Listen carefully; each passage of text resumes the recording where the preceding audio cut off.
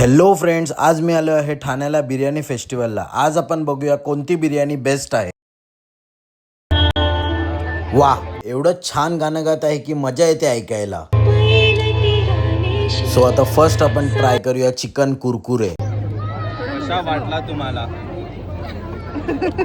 एवढं छान नाहीये। फ्री टेस्ट करायला पण बिर्याणी देत होते, किती दिली बघा तुम्ही। टेस्ट करायला एवढी दिली आहे की आता काय बोलायचं। टेस्ट चांगली आहे। अजून पण टेस्ट करायला मिळते का बघूया म्हणून गेलो, पण आपला झाला ना पोपट।